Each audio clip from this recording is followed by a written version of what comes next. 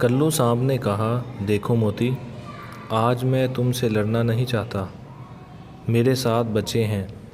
ہا ہا ہا ہا، موتی نیولے نے کہا، لڑنا نہیں چاہتے؟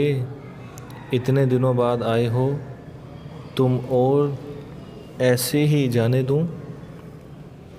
پاگل سمجھا ہے کیا؟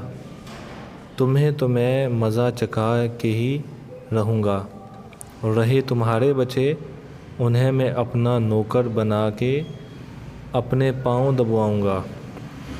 کلو نے غصے میں بولا کہ میرے زندہ ہوتے ہوئے تم انہیں ہاتھ بھی نہیں لگا سکتے۔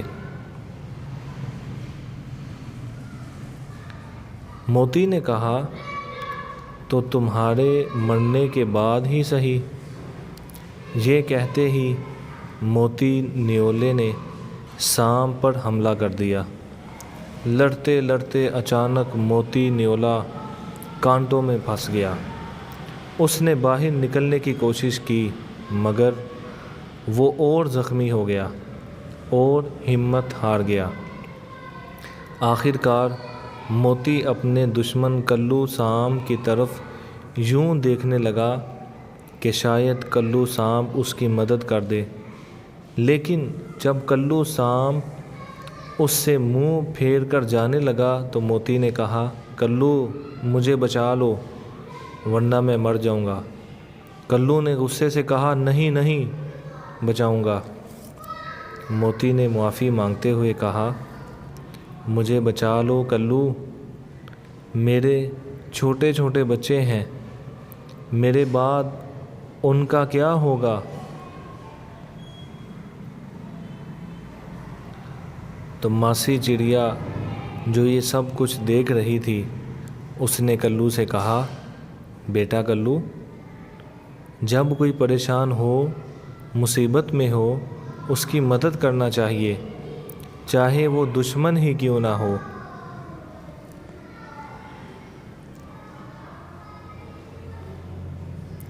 کلو نے ماسی چڑیا کی بات سن کر دل ہی دل میں کہا، ماسی صحیح کہتی ہے، میرے بھی چھوٹے بچے ہیں، اگر موتی مجھے مار دیتا تو میرے بچوں کا کیا ہوتا؟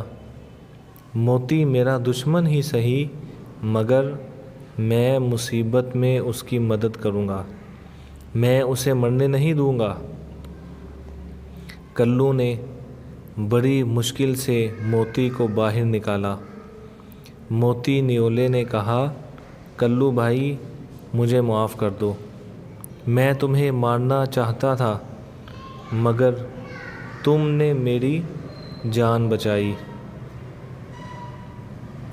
ماسی چڑیا نے کہا، موتی بیٹا، میں تو پہلے ہی کہہ رہی تھی کہ لڑنا جھگڑنا اچھی بات نہیں، اس میں کسی کا فائدہ نہیں، نقصان ہی ہوتا ہے۔ تم پہلے ہی میری بات مان جاتے تو اتنے زخمی نہیں ہوتے۔ تو موتی نے کلو کو گلے لگاتے ہوئے کہا، میں آج سے یہ دشمنی ختم کرتا ہوں اور تمہارا دوست بنتا ہوں۔ یہ لو تم بھی آئس کریم کھاؤ اور اپنے بچوں کے لیے بھی آئس کریم لے جاؤ۔ اور پھر دونوں خوشی خوشی اپنے اپنے گھر چلے گئے۔